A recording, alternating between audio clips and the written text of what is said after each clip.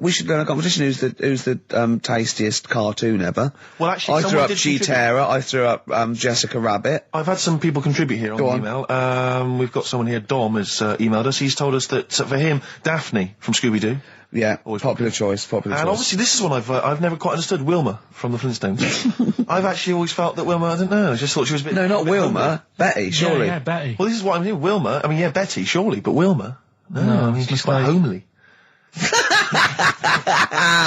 But Betty, come on, Steve. You wouldn't say no to Wilma. No, I suppose not. If it was I'd be worried about Fred if he found out. I'd hate to do it, you know. I wouldn't want to do it to Fred. He's a good guy. He is, isn't he? He's a bit of a chump.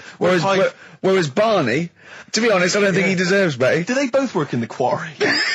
Because, I mean, let's be honest, Fred, not a smart man. I mean, he obviously didn't come out of rock school with anything other than a couple of basic O-levels. I know, but he's a hard-working, sound sort of guy. They got a big house, they got like a TV, they got that bird thing. Yeah. I be honest, if I was Fred, I would be a little bit disappointed that my kid does nothing, whereas Barney's can lift up sort of tall buildings. Sure. Bam, bam. He's a very strong...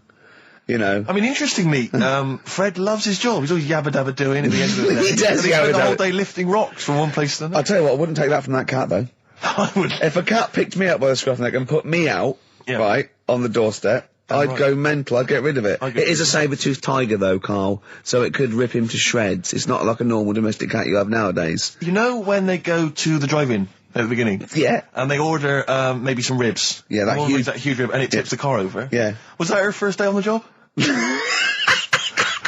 Because I've never been ordered before. Yeah, either it's that, she'd have realised. Yeah, we're out of pig. We've got Brontosaurus rib. Exactly. He goes, won't that knock the car over? No, it won't. I don't know. Rick, can I tell you now? That was an accident waiting to happen. It was really, wasn't it? Yeah. And it did. Oh, dear. Mind you, I went to Texas once, and I had some ribs, and it was like the Flintstones. It was huge. And not only did it look too much like an animal that I couldn't actually eat it, I don't know who could eat it. I mean, seriously, it was 2 foot long. Yeah. And all the it was like half a rib cage. And It's incredible. My friends lived in Texas for a while, and they once were in a kind of diner, and there was, you know those kind of benches that are attached to the table itself, like a kind of picnic bench? Yeah. And, this huge fat guy came in, he came wobbling, he ordered like this kind of everything you can eat meal, and his fat kind of sort of, you know, kind of... His big fatty fat, and his fatted on the fat table, It wrapped itself around the table and everything. He was chowing down, and when he tried to leave, the table came up with him. Oh no! Imagine that! I mean, they are fat, aren't they? They're big people. They're huge people. But it was that thing we were talking about before, that bloke on Jerry Springer Show who was like 80 stone, right? Now, I felt quite sorry for him. He was really sad and he was crying. It is rad, but my point is this, right? When he got to say 50 stones, didn't he go, that's too much, that's enough. For a land animal. Exactly. Do you know what I mean? Yeah. That's big, isn't it? I mean, I'm getting worried. I'm 13 stone, and I'm genuinely getting worried. I'm thinking, oh, yeah, God. When you've got that big, when you've actually got your own mare. yeah. When you have to get in helpers to look what the scale says. Yeah. Like 4 or 5 people lift up your belly and go, it's 52 stone. You go, that's too much. Exactly. I'm going to only have 9 breakfasts when you begin to appear on the Ordnance Survey map. yeah, exactly, yeah. When you've got your own symbol. It's like, we can see 2 things from space now, Fatty and Steve Merchant. We'll be landing at about... Well, no, I'm just saying at all, you're not fat, are you? You're freakish and big. Just another quick thought. Someone's mentioned Daphne from Scooby-Doo, and but I've always had a soft spot for Velma. Velma? Because Velma's got glasses. I mean, I'd have She's clever. Can I tell you what would have happened if I was in that environment? I was maybe on the... Your glasses would have got tangled up. I'd always been making a play for Daphne, right? And Velma would have fancied me, but I'd have always ignored it because I was playing for Daphne. And then when I finally realised it was never going to happen with Daphne, I'd have blown it with Velma. Maybe not, though. Maybe not. Sometimes those, you know, they might, you know, appreciate honesty and go, listen, I've been hitting on the good-looking one. Yeah. Oi, Four Eyes. Yeah. Do you fancy it, Chubbs? Exactly. Something like that. Let's be honest, is what you're saying. Well, yeah. I'm wondering, I don't mean to be libelous, but Velma, she was quite short, the glasses, the short hair. Lesbian. Hung around with the dog and lesbian. The bloke. I'm beginning to wonder if she was... Yeah, maybe. I was like, see, unfortunately, I said lesbian there, and you still carried on with your assessment of what it is to be a lesbian. It's bad enough doing the cliches of having short hair, but you said the dog. Yeah, well, she hangs around with a dog. So do lesbians do that? Well, have you seen some lesbians? They're right dogs. Good night. Have you seen what I've done there?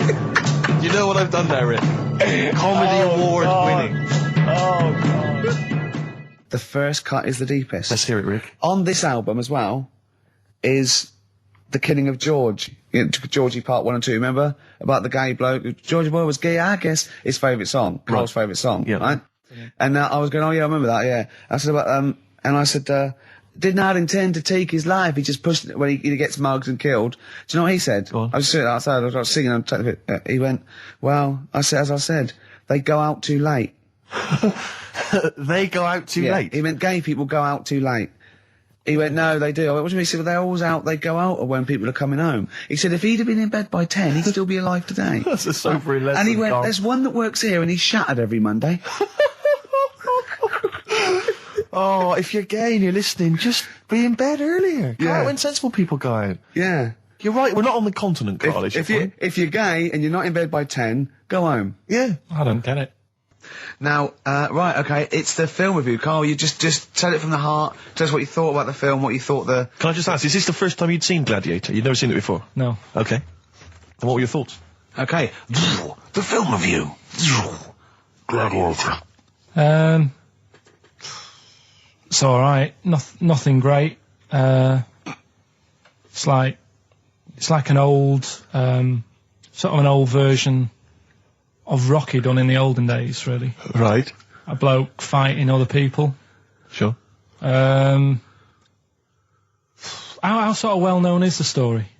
Do you reckon people know the basics? Well, just very quickly, just do the plot. Quickly. There's a guy called Max. Maximus, yeah. Yeah. There's Caesar, and there's Caesar's kid, and Max goes to war, sort of wins it, comes back.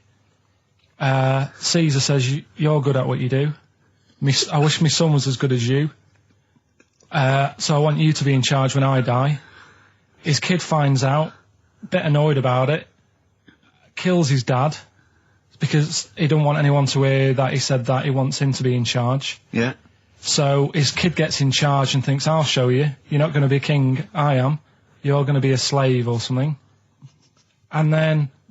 next thing you see is... Sorry, can I just stop there? My only thought is the film's 3 hours long, so maybe we shouldn't go through the whole plot. We've done the first 10 minutes, but go on. So, yeah, he's a slave and then... Yeah, but then, that was an interesting bit that I thought, right? I mean, I was watching this with a girlfriend, she was already annoyed because she wanted to watch Friends on E4. Okay.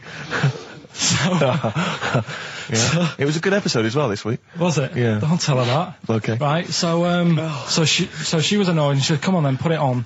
And I got it wrong straight away because it says on the back 149, so I thought that was an hour and 49 minutes. It turned out it was 149. No, I thought it was 1 hour 49. Yeah. But it was 149 minutes. Sure. So it overran anyway. By 40 minutes. Yeah. So anyway, the interesting bit was where he was going across the desert on a horse. And I think to show you how long he'd been going across the desert on his horse, he's showing you a shot of the horse's knees and they were bleeding. And I just wondered whether that's what horses do if they run for a long time. Do you know? I don't. Good. Right, so anyway, so he goes on, he keeps going on like this. He's a slave, and then he has a fight at the end with the Caesar's kid, and he kills him. And that's how it ended. Okay, good. What did you think of it? Just generally, what bits... what do you think was wrong with it? Right, well, I've read up on it, and there's already a fact that is wrong. Right. Caesar's kid, he didn't actually kill his dad. His dad died of a natural death. Right, in real life, you mean? Yeah. Okay. And, what's Caesar's kid's name? Comedian or something? I think it's comedian, yeah. Yeah. That's where the name comes from. When a funny person is called a comedian. He didn't actually get killed in real life by Max. No. He died by his sister poisoning him, and he didn't die. No. Are you saying that this is not a historical document? It's wrong. All over the place. Yeah. Well, next week I'm giving you Braveheart, and that is actually true. That is factually accurate. I can't handle it. It is. It was a little Australian fella that helped him out. Just for people who watched it, they know that the guy, Caesar's kid. Yeah. He died. His sister tried to poison him. That didn't work. Apparently, he was a gay fella, and his boyfriend, who was a wrestler, strangled him. Where did you get this information? On the internet. I thought I'd look it up to see how much of it I actually got right. Yes. and that's what I read. Okay, so out of 10? 5. Really? Yeah. Okay. It's no good. I wouldn't get it out. And it's annoying the way it says, like, you know, this film's got to be seen at the cinema, because I saw it at home and I don't think I missed out on anything. Very good point. I think that's probably the point they're making, but yours is valid too. We'll play a record, and after that I'm going to ask you about Rasputin, the Mad Monk. Go on then. When things like that happen, right, you know, you've been told not to mention it. Yeah. And you're like a little kid. Yeah. And once things are in your head, yeah, it's difficult not to mention it. I mean, when I was a kid, yeah, right, yeah. my mum's sister Hazel, right, was seeing another bloke. It's weird because she's a lesbian now. That's really weird. That must have been an interesting Christmas. But anyway, she was seeing this bloke, and he looked like Ken Dodd, apparently. He looked like Ken Dodd. Looked like Ken Dodd. So people said, don't mention it because it gets on his nerves when you like meet him and you go, oh god, you look like Ken Dodd. So I said, all right, his name's Will or whatever. And I was introduced to him. First thing I said, nice to meet you, Ken. Did you do it as a joke, or did you? No, because you know when you know that he's like, I'm not allowed to say that. I can't say that. I mustn't say that. Can't. And then I saw him. I thought, Jesus, does look like him. It just came out. Was it Doddy who turned her into a lesbo? Do you think? Well, he wasn't a good-looking bloke, so possibly. She started going out with Esther Ranson then, which is weird. Out of the frying pan. What was the story with the lesbianism then? How did she announce that to everyone? What age was she when she realised? Well, I mean, we're not a close family, do you know what I mean? We're not a sort of family who keeps in touch with everyone. And I think my mum called her up one Christmas and sort of said, you know, how's the Diddy men? Yeah, how's Nutty Ash? And she said, oh, no, I don't do that anymore. I'm knocking about with Sandra or whatever. Right. And it was like, oh, right. Not big butch Sandra with the big earrings and the skinhead. He used to live down the road from you. I don't know. He used to get Doc Martens wholesale. That's Sandra. All right. Well, I'm going to be kicking some ass today because I'm going to be shamelessly self-indulgent. And we've only got 2 shows to go. So I'm playing some of the most beauteous tunes in the world. I was just telling Carl, lined up a Simon & Garfunkel track, Only Living Boy in New York. He went, why is he the only living boy in New York? I went, what? He went, what does that mean then? I went, I don't know. He went, well, what's it about? I said, I don't care. I said, it's lovely song. He went, no, what's it? I said, I don't go into that. Do it. I said, he went, I like a story. I said, like what? I said, killing of Georgie, no trickery. Killing of Georgie. I think we should play that at the last. It's good. I heard it the other day on Radio 2. It was cracking. It sounds like, well. It's really good. Tell them what it's about again. It's about little girl, gay fella. A little what? A little gay fella? Yeah. Right. Who, I haven't heard it for a bit, so it's all off memory, this. But, gay bloke. Is he from Scotland? I have no idea. But he's from somewhere where gays aren't liked. Okay. Right? No. No, he is. Georgie Boy was Gargates, nothing more than the kindest guy I ever knew, right? Now, all he did was, right, his father said, how can my son not be straight? Kicked him out. Right? Goes to America. Yeah, but you can handle all that. You can handle your dad not getting on with you if other people around you are into the same scene. Yeah. But he was like, he was left on his own. He didn't know what to do. Yeah. He was getting stressed out. Yeah. So he goes... And this was before. I mean, this is... when did this record come out? 77? 77, yeah, something like that. Right. And he's... During punk. Right. Oh, I see, yeah. So, you know, the village people had come along and made gay cool. Yeah. That had already happened. Yeah. But it wasn't respected. But he was watching the telly or something, and he saw that New York had loads of them over there, and they're all having a good time. Sure. No, sorry. At no point in the song does Rod Stewart say little gay Georgie was watching telly and saw loads of gays in New York. At no point in that song. No, but this is what I like about that song. You sort of picture what's going on. You make it up. Yeah. Okay, so the little gay fella was watching telly, and there was presumably the and now from New York, the gay show. Yeah. Or whatever, because it was a big scene over there, wasn't he, in the 70s? Yeah. Okay. Right. Go on. So he goes over there, and he's having a great time and that. He's meeting... Went to New York town, very quickly settled down, soon became the toast of the Great White Way. Yeah, they loved him. All the old queens blew a fuse. Yeah. Yeah. And then, I don't know, he was out late one night. Yeah. And he's walking home. Yeah. And gets attacked, gets killed, and he's lying in the... They didn't intend to take his life, they just pushed their luck a little too far that night. Yeah, you see? So... Yeah. But what's good there? Is it good that he had a bit of a good life and was able to be himself? Yeah. Or should he have stayed in Scotland? He didn't come from Scotland.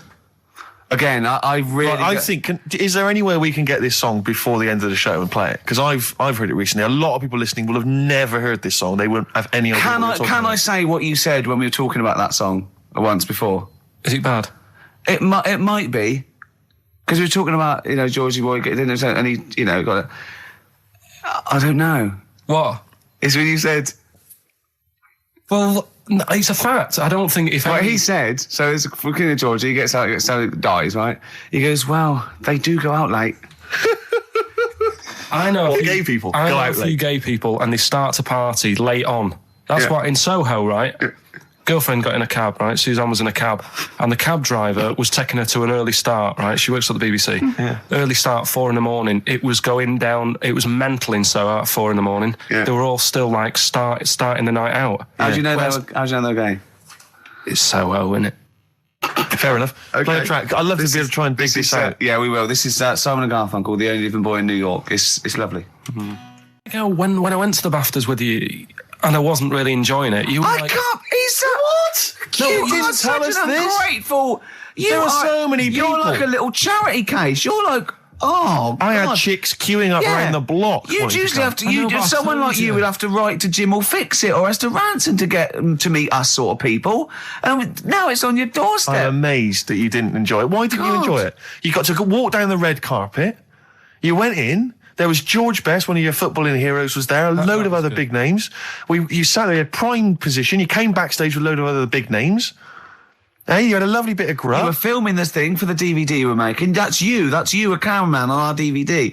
And yet you think, now you look grumpy because you had a couple of pints and you, I can't believe So it. tell us why you didn't enjoy it, because the ceremony, what didn't you enjoy about that? It was interminable, wasn't it? Far too long. Wasn't it awful? 3 So boring. hours. I thought you were going to say something. Really? Sorry. 3 hours. Yeah. I mean, I suppose for you two, at least, you were going to get something. Sure. Yeah. But with me, it's like, I mean, I've never graduated or anything, so Have you not? I'm trying to think of a situation. Basically, I sat there for 3 hours knowing that I'm not going to get anything out of the night. Yeah. Right? Now...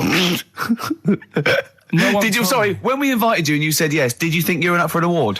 No, but I thought we were going to be sat round tables having a nice bit of food, whilst people are going up there winning awards. Yeah. But 3 hours of the same thing over and over again. I mean, if a film's 3 hours in the cinema, you go, well, it's long, but I wonder how it's going to end. Yeah. But this was just like the same thing over and over again. Some guy going up, thanks a lot, cheers for the bit of brass. And then going down, sitting down, the same thing over and over again. Honestly, right? I'd say it was one of the worst things I've ever had to do. Lincoln, I enjoyed the night afterwards when we did have a bit of lamb and a nice bit of veg and that. That was all right, and I went home and I was happy, and I got the little freebie bag that you're talking about that we're giving away. Yeah. Which wasn't much good stuff in it. Oh, all right. Right. No, What would you have done on that Saturday night? Suzanne What said- would you have done or the Sunday night rather? What would you have done had you been at home? I would have stayed in with Suzanne, right? Watching telly, having a nice bit of pate on toast or something, cup of tea, watching 24. But instead, I had to buy an expensive suit so I didn't show you up, right? Yeah. How much did you spend on your suit? Well, in total, right, because, the shoes and the suit and the shirt and the tie, it was about 600 quid. That's the most expensive evening ever. And that's what I'm saying to you. And the daft thing is, it's dark in there. I don't know why you've got to wear a nice suit. You can't wear a tracksuit, for goodness sake. It's dark in there. No, just the shirt and that. It doesn't make you a better person wearing a suit. No, doesn't Do make you you know a what I better mean? person. No. We're not claiming it made you a better person. No, but that annoyed me. Yeah. I mean, it was an experience, innit? That's why I went, because you think, if I didn't go, if I would have said to you when you invited me, no, Steve, I don't want to go, then I would have never known, right? Yeah. And that's my sort of thing in life, right? If something comes up, you should take it, even if you're not going to like it. It's a bit of an experience. Right. Do you know what he said to me? I phoned him up because we had to meet up, and obviously he had to pose as my gay lover. Yeah. To get in, right? Yeah. He phoned me, you said something to me like, I bought a suit, I'm looking good. He said, I'm looking good. People will think, how on earth did he end up with that good-looking guy? So he got into the role. That was what he said to me. He started getting into it. Such an insight. Play a record. I just must say that we've had an email from Daryl Foss. Lots of people have emailed in and said, well done on the BAFTAs and well done on your Room 101. They really liked that. Thank you. There's one guy, and it's Daryl says, Ricky, has your dad only got one D-Mob suit? Because I don't know if you noticed, but Ricky wears the same suit every single time he appears on TV because he spent a fortune on it getting it tailor-made. I've only got one. It's a good suit, and I he wears it know. all the time. And it's winter as well. It's like a pure wool, so I'm sweating everywhere I go. Anyway, usually it's too much cheese. I won't be buying another. Huh? I won't be buying another one. Ever. Yeah, that's it. Yeah. Suzanne told me today, right, because I've handed it in today to have the trousers turned up a bit. Why? Because it was a bit of a bodge job for the night. Yeah. Right. It was just some pins sort of holding it up the other night, but you didn't notice, and I didn't tell you because I thought you'd be getting on the stage and saying, "Look at that freak over there with his pants hemmed up." But I took it to the place to get it done. Suzanne tells me that I'm going to start shrinking now and getting to that age where you start going smaller. I love that must have been a revelation to you and a worry. Like, how small do you get? How small do you get? Oh, Don't what are we know, playing yeah. now? I thought we'd have a bit of Marley music. Marley music. Oh, Okay, go on. well, All right. there's going to be a bit of a change, isn't there? Yes, that's absolutely right, Rick. Normally we would end the decided show, obviously, with just- a song for the ladies. But because it's sort of Carl's penultimate show, and we're going to play one of his favourite tracks, what are you going to... Yeah, I just thought we could play this. It is obviously the Killing of Georgie By Rod Stewart. by Rod Stewart, and this is a song for the gays. See, his father took it as a sort of personal slight, but you can't help it, it's not you his know. fault. And as he said, you know, it's just gay. It doesn't make him a nasty person. Not at all. Are you enjoying this, Carl? Yeah, but I'm not gay. No evidence of him being Scottish. No, but When he says they blew a fuse, if they're not electricians, they mean it's sort of And it's not a euphemism either. oh, I'm worried. I'm a bit edgy. He's out late. I know. And he's taken a shortcut, which is mental. Not in New York City. Yeah. He doesn't know the area. He's from Scotland. I bet it was them that were screaming. I'm suddenly worried. This isn't a true story, is it? Who knows? If it is, we don't know that. Just want to say that we're not... Oh, that'd be terrible. see, how come you think this might be a true story? I just got suddenly worried then. No, but how can this be a true story? But the bloke jumping out of a window and hearing his phone ringing. No, because Rod Stewart, I just suddenly thought, what if he's written a song about this and this bloke did actually exist and was killed? Then I started panicking. Yeah. I don't think it is it? I'm almost certain it's not. Okay. Is that it then? Is that it? Then we got to pack up and go home. Yeah? Well, I think we've enjoyed ourselves. Oh, I've loved it. I've loved every minute of it. Karl.Pilkington@xfm.co.uk for your suggestions as to what you're willing to swap for the signed bag.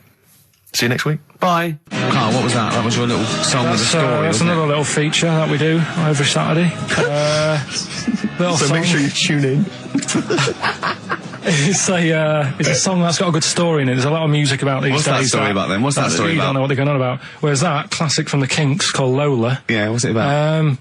I'd listened to it for the first time properly this morning. Yeah. And what I've worked out from it is a fella who goes out for a normal Saturday night out. He's in Soho. Yeah. He's having a Coca-Cola or whatever. And Cherry-Cola, yeah. he sees this woman. He thinks, oh, she's all right. Won't mind a bit of that. So he wanders over, and he sort of gets talking to her. He looks at her. She's got a great figure, nice face, and all that. Lovely knob. And she speaks, and he goes, "Oh God." Got a bit of a bloke's voice. Yeah. Got a bit of a voice like a bloke. But he thought, you know, that's her only down point. Sure. So he dances around with her, and I think he sits on his knee, I think he said. Yeah. Anyway, it turns out it's a fella. Yeah. Right. So, a sobering lesson. Yeah. What do you take from that? look, always sort of, if you think you might be talking to a bloke in drag. just look at his sort of Adam's apple. And he'll probably have a hairier arse than a woman. Yeah, I think you've gone too far then, though. I think you're already getting too close. It's a bit late to pull out. No pun intended, definitely. There was a pun intended. Oh, was it? Alright, was it? Yes. Alright, okay, we don't be disgusting then. Right, okay, right, the results of, We ain't got a winner for the first time. Yes, we have. We've We've got done this loads. feature for... We've got loads of winners. No, we haven't. We've done this feature for 3 weeks. This is the first time I've managed to sort of... What? Well, let's go through them then. what have they got wrong? The first one. The first one? What was The first one, the yeah, the first one. Well, hang on. Let's do them in reverse order first. So what's the last one? The last one, the clue was That bloke does sport on the telly, and he's got a little kid. What's that? That's Destiny's Child. Des, who does ITV Sport, that's has got terrible, a Tiny's man. Child, right? No, that's fine. They got that. Okay, Destiny's Child. Des- What's the one? Des What's the middle one? Right, the middle one. Right. Child. The second one was he doesn't like women. Yeah, he's got a couple of kids. That's a bit weird. Yeah. Right. That was PD. That was Puff Daddy. That is offensive. Go on. But it's not Puff Daddy. It's Puff Daddy. And he's not even called that anymore. He's called P. Diddy. Well, Okay, fair enough. but they got that one. yeah. And if I'm being tight, these lot are as well. Yeah. Yeah. Tight means something in Manchester. Go on. Right. And the first one that they're having problems with, I don't think them birds should be allowed in this They've area. got it. Boyzone. It's not Boyzone. What's the clue again? I don't think them birds should be allowed in this area. That is perfect. A boy zone. No birds. No women. No women, yeah, birds, right? A boy zone. Sorry, Carl. If that isn't the answer, their clue is better than yours. That is brilliant. What was yours? Boy zone, it works perfectly. What's your answer then? Bangles. I have no idea what that means. Like seagulls. So you don't want them in this area, so you're banning them. Bangles.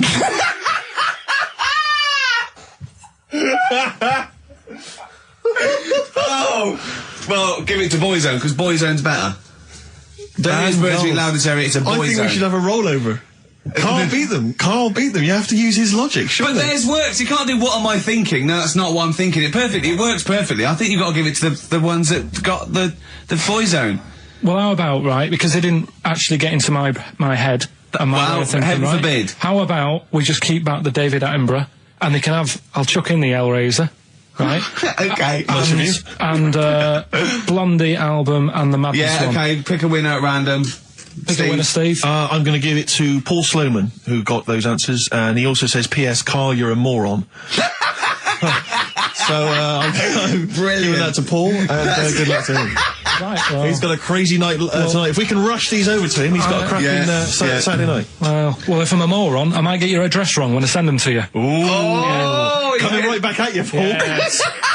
Right, John, play your song. Is this what we Oh, almost Carl's done? annoyed because Wow, they didn't he's get wild. banned goals. A song from song for the ladies. I think we seem to have missed this a lot of weeks, but this Sure. is, I've been wanting to play this It's for not like ages. us to forget things like that. This is a band, Frente, who kind of came and went and no one yeah. was particularly interested, but they did do this lovely acoustic version of the New Order tune, Bizarre Love Triangle, Oh, and right. this just shows you how incredible the melodies and the words and everything are. Brilliant, I'm a fan. New Order, just play this. Good night. Songs for the Bye-bye. ladies. Is this Bye. in the week? Do you reckon Richard Anderson will be back next week? Yeah, Richard Anderson will not miss this show.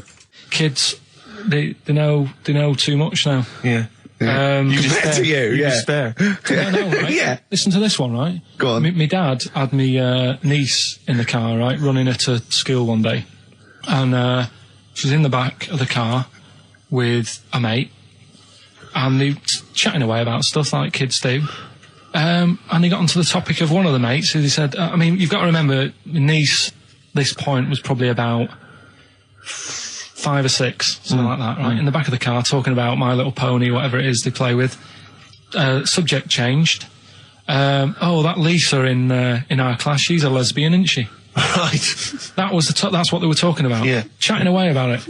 Just openly talking about Yeah. lesbianism. And probably, this is the topic that they're talking about in the pub when they're having out drinking. Yeah. Yeah, but they might have thought a lesbian was a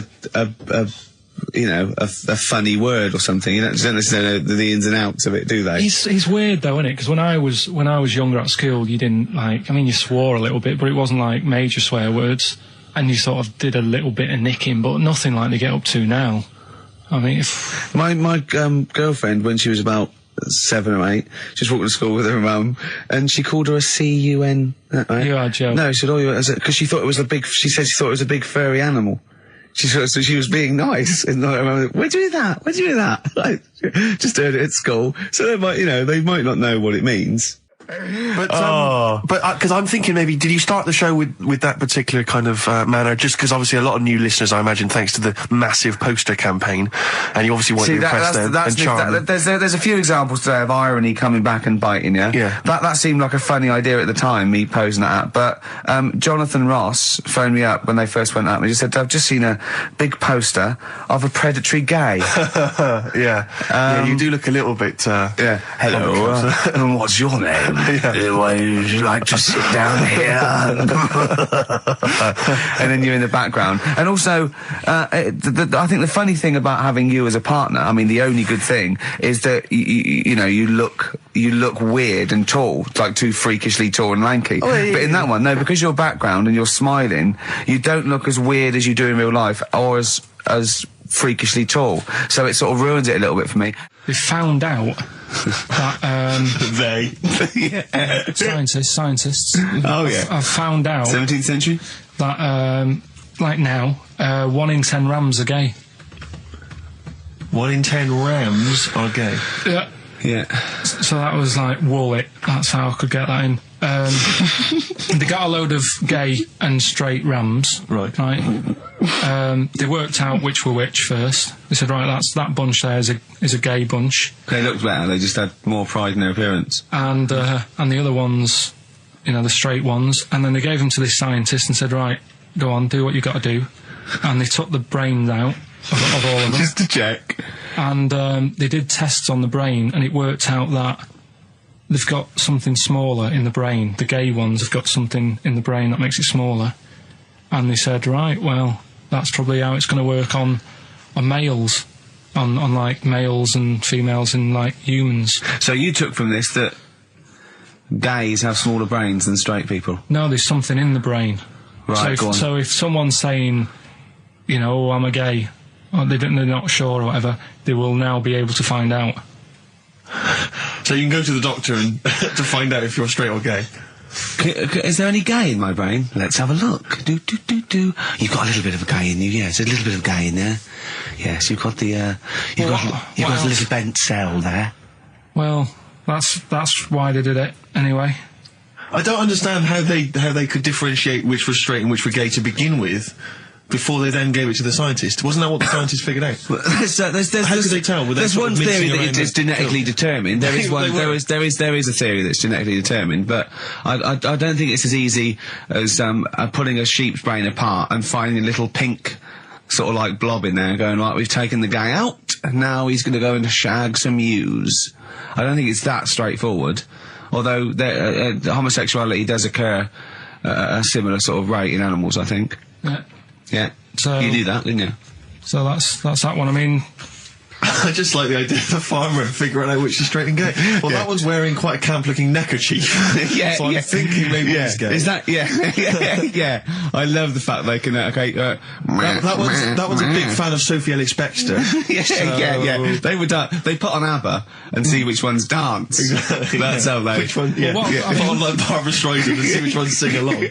That is rubbish. What did I find out? Did you just say that is rubbish? No, I found out other stuff in the week that didn't make the top 3. Wow. We haven't even had to. This must be mediocre stuff. This must be really bad. Yeah. Or it might be dubious. Go on. We've got to think proactively now. We've got to sort this out. See, there's always other things going on in my mind when I'm in that pub quiz. For me, it's just a little bit of fun.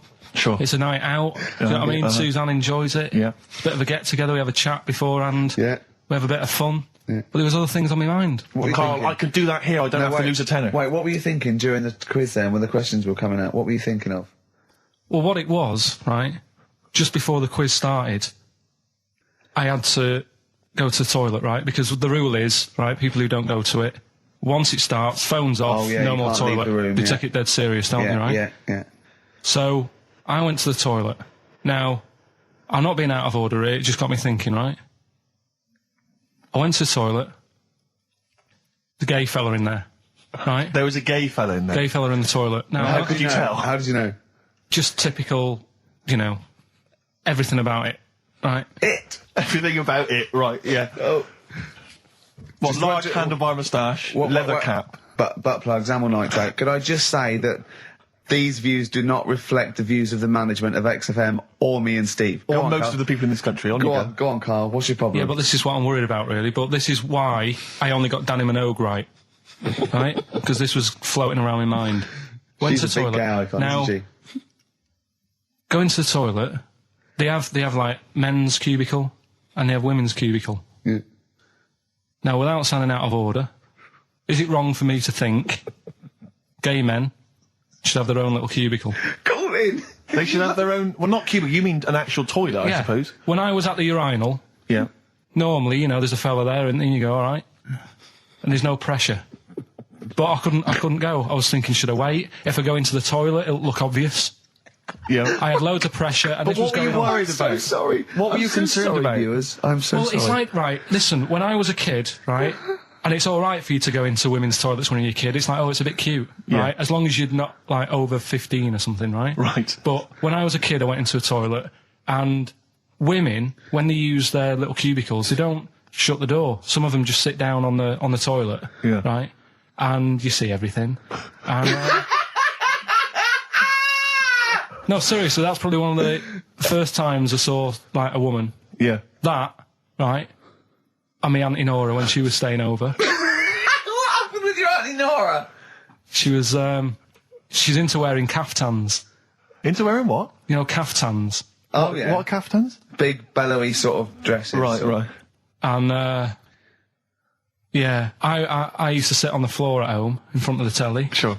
She was on the chair behind. Yeah. She did a bit of a sort of a Sharon Stone scene. Oh, God. Yeah. Did you see it? There was no underwear. No. What age were you? What was it like? What age were It you? was like a ripped tennis ball. What? Right, we're off air. We're off air. Either that or put us in for the Sonys. Ice-T. That's how I'm living. Bit of old school hip-hop. Where's RT? All right. Good point, yeah.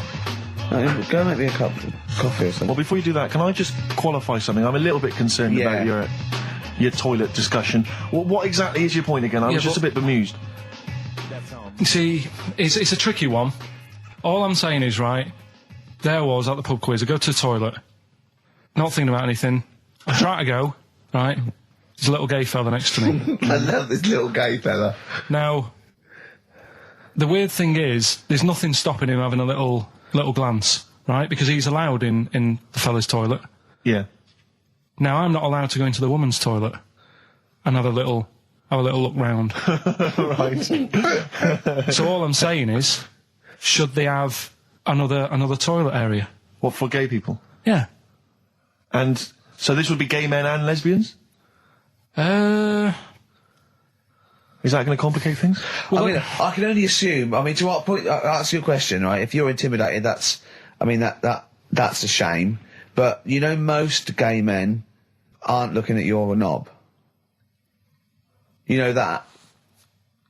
What do you mean?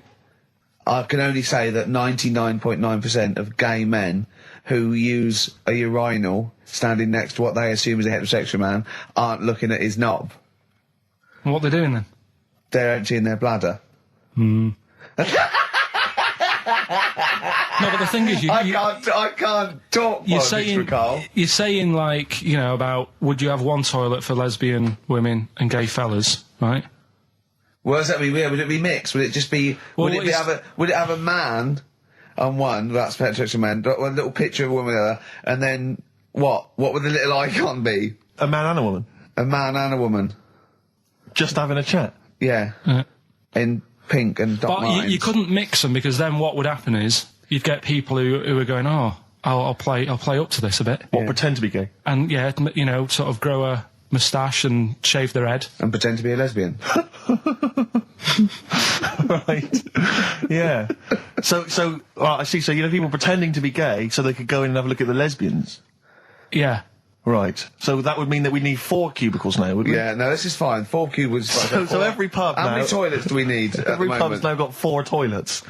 Oh, Carl, bisexuals. Yeah. Now, interesting. Bisexuals. How many toilets do we need now? Call the council. Do you use any? Huh? No. No, because they're interested in everything, aren't they? Because the little bisexual fellow will be looking at your knob. Right, with them, What you do, you just have a door, you open it, and there's one urinal there, so you can't get a queue.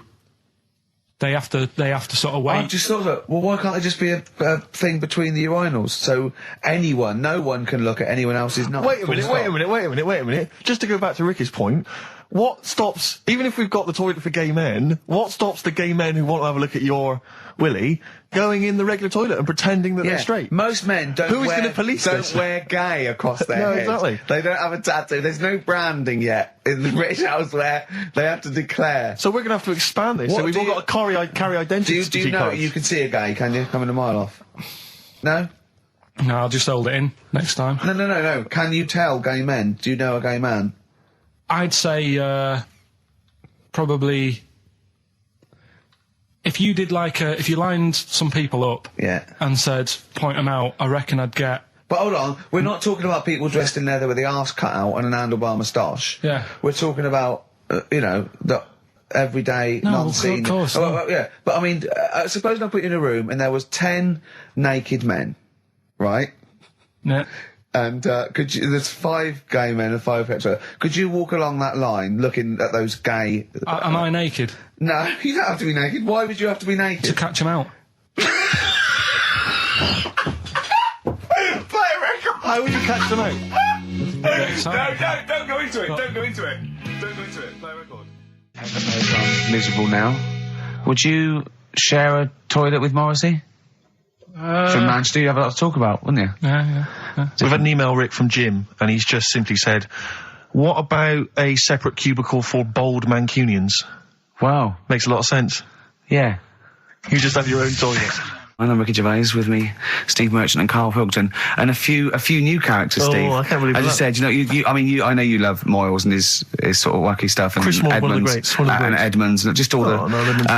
well, I'm going to go along the same sort of vein. I've come up with a couple of. Can I show you one? I'm excited. Okay. Well, it always starts with a sort of doorbell.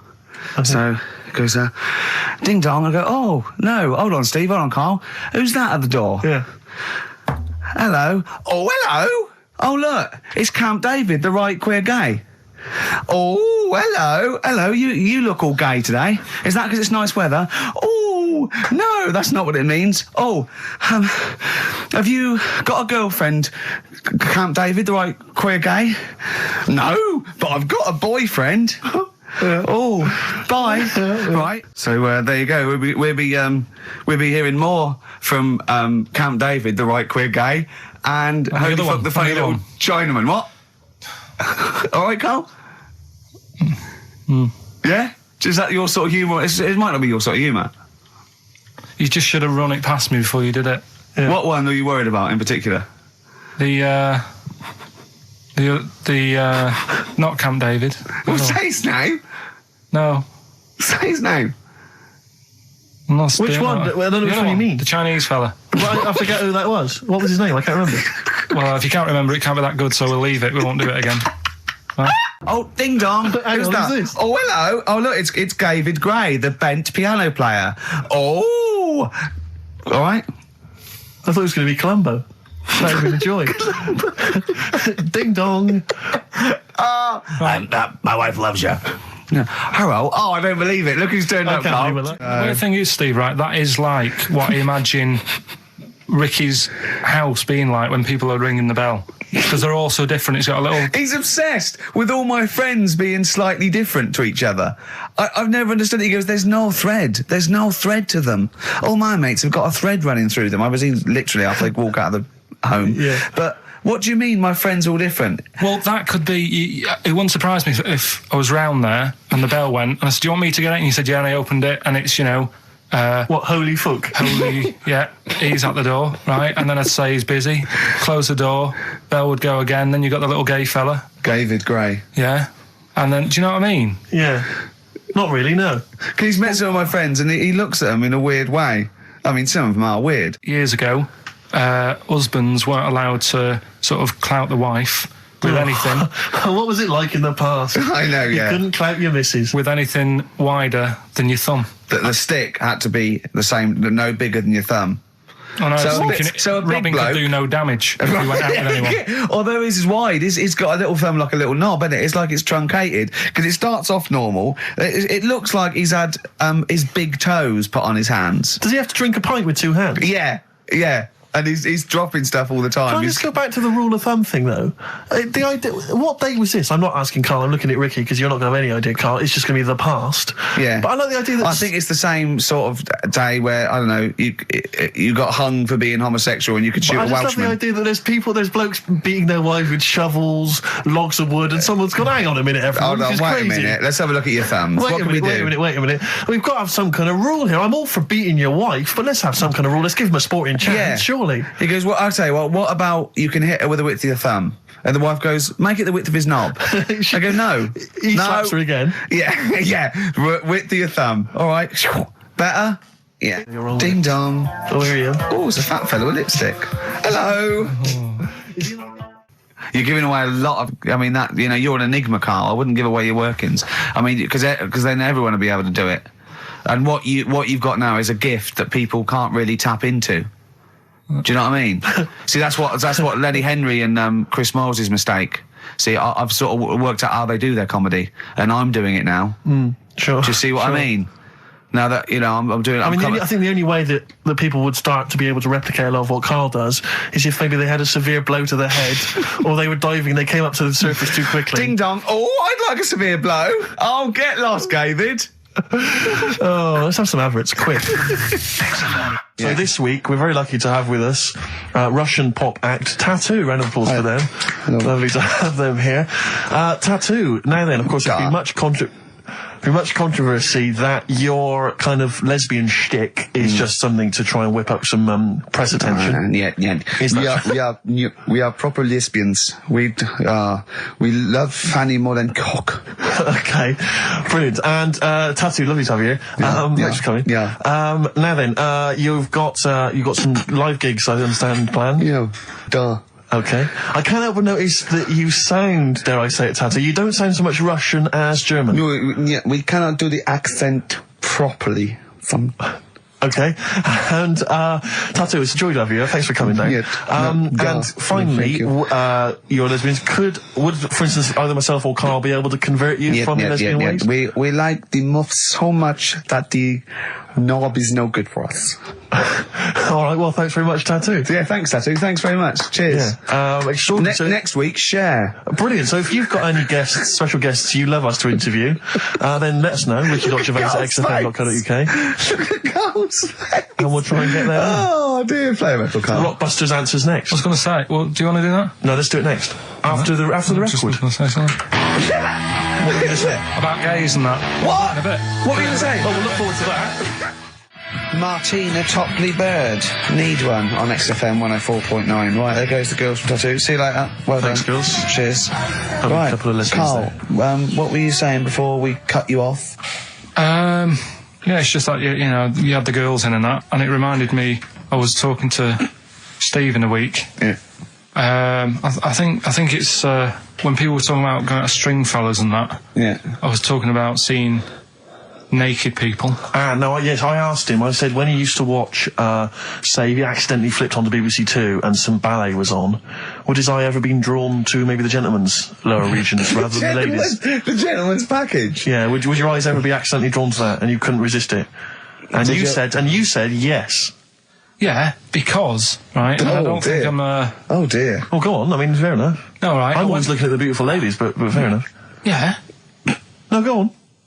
But, right. Have you ever looked at Wayne Sleep's testicles? I went out. Have you ever looked at Wayne Sleep's penis and testicles? I went out on a night out, right? And it was it got to some point in the night where 2 women and 2 fellas got on the stage. Right. Right? Started stripping off. Yes. Yeah. Just what, members of the audience? No, I think they were, like, part of the act. Right? Right. And, what was it, panto? The fellas had like their undies on, and the girls just had their knickers on. Yeah. Right. And sounds pretty erotic at the moment. Go on. And at the same time, they all whipped their pants off. Yes. Right. Yeah. It was Bucks Fizz, wasn't it? The adult show. Now I said to Steve, at that point, Sorry, I wasn't there. He said it's to be later. yeah. I said, well, you have a quick glance at the fellas. And then the annoying thing was, I thought, right, now I'll have a look at the women, and it was too late. They put the knickers on. How long were you looking at the fellas? Not that long, but it Why was were you like, looking at them first? that's human nature, innit? Why? I don't know, but I'm sure you would have done the same thing. You just sort of think, well, how are they shaping up? So they weren't it's a shaping up at comparative all. test. So who had the biggest knob? Which one of the blokes had the biggest knob? No, it's like, normal. But This is a whole new side of you. This is a whole other area. So you look at ballet dancers, you look at the gentlemen's. No, I don't. package. I just was, when he said this, it reminded me of this night when I was walking home thinking, didn't get a look. Because I was messing Where up. was this? What event was this where people are stripping off? Carl, I tell you what, you are the most interesting man I've ever met. But are you comfortable being nude and that? We've done this. Well, I don't know what this is. We did this last week about, are you comfortable being nude? No, I know, I was talking you're about probably that. most comfortable being nude. It's just probably not in public. Well, Ricky's only really comfortable nude when he's eating. Yeah. There's nothing to get, Yeah, you can just wipe spilt on yourself it. down. Yeah, you just sit in the bath, yeah. No, but I talked about that, and then when I went home, I was talking to Suzanne about it, and she said, "What's all that about? You don't like being nude, right?" And I said, well, it's not. It's like I'm part of an Alan Bennett play. It's just, I love the way you talk. Remember once, right? I don't know if I should talk about this really, but Well, that means you should, so go on. Go on. oh yeah, right. We went to Tenerife, right, one year, and I was still living in I'm Manchester. scared now. Yeah, that I don't White know said what's that. I'm No, actually scared. I'm thinking about Suzanne, but she's Well, working. I It don't doesn't want to matter. know anything about Suzanne, Come to on, be no, honest. but If come on, it's gonna It's- be- it Go on. involves me more. Let's hear the story. Go But on. I'm just explaining to you that I don't like being nude. Yeah. Go on. So you're in Tenerife. In Tenerife, right? Didn't have much money. Stayed in this apartment that wasn't that nice, right? Had the cockroaches in it and stuff, right? Didn't have much money to go out at night. So we're in this sort of death trap of an apartment, right? Anyway, so when I was younger, right, had a bit more energy. So He's 30. 80, I know. so start having it away a bit. It's a joy. Beautiful. It's so, good, yeah. I'm going to hit it away. I love it. Go on. Right, so, doing what I do, right? Yeah. Someone starts banging on the door. So Suzanne Everyone's says, at it. Right, so you mean knocking on the door? Right, okay. knocking on the door, right? So Suzanne said, you better get it. So I said, I can't get it now, can I? I'll have to wait a bit. Right? I can't go to the door. Go on. So the banging's getting louder. Yeah. Someone at the door. Yeah. And she's like, hurry up, it must be important. I'm like, in a minute. So anyway. I don't want to know anymore. No, come on, finish the story. Open the door. It's a fireman. So I just stick my head round, and he's going, you'll have to get out. The building's on fire. Right? So I'm like, in a minute. Sorry, you weren't still having sex at this point?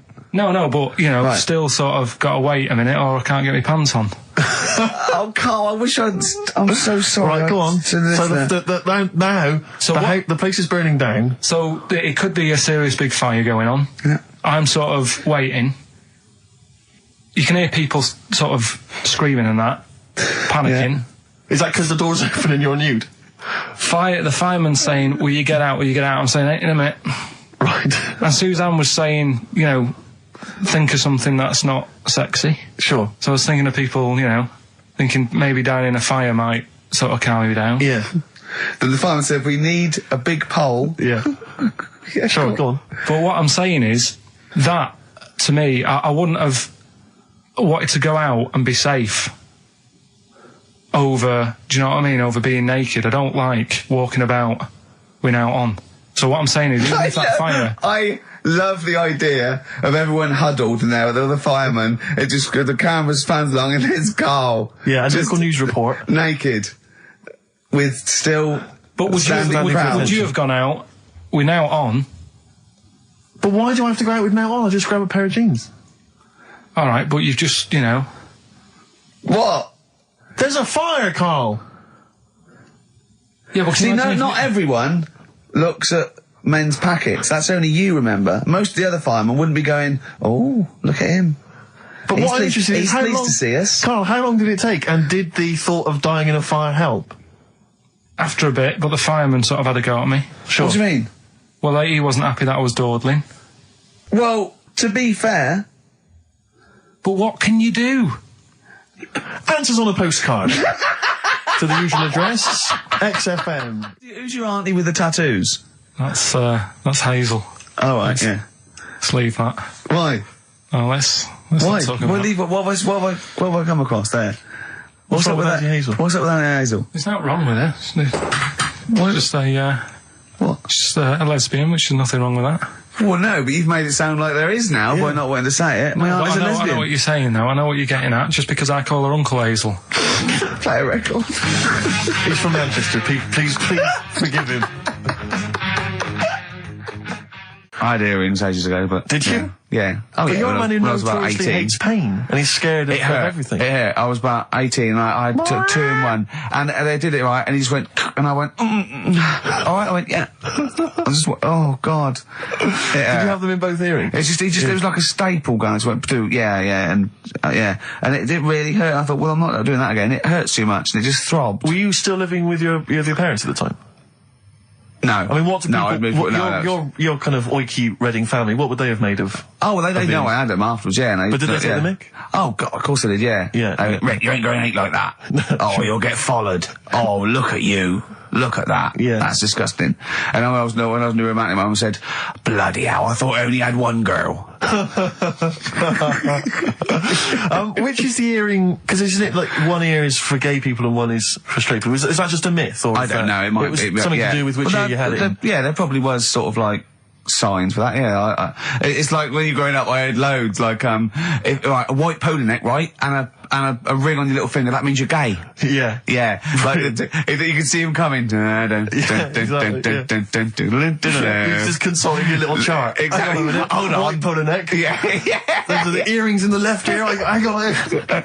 I don't know where I am. Wasn't there that thing that the famous cover of Born Bruce to Run? Springsteen? Yeah. Well, you didn't know the handkerchief, yeah. It was handkerchief in the right hand pocket. Dominant and was, yeah, I don't know. But, you know, where is this information? I wouldn't have known that. I might have gone around, with, if it was hot weather, something to mop my brow, I wouldn't have known that. Can't the gay people kind of notify us? Can't we have some kind of website or something we can check Do you still out? go to that pub with all those sort of like butch blokes? Lovely guys. With the moustaches and, They're the caps, great guys. A lot of them are firemen, a lot of them are like traffic cops. Great people. You know what I mean? Fascinating You know people. you're safe in there. Yeah, and also there's no women to... It's like you're just having a great time with the lads. And there's nothing...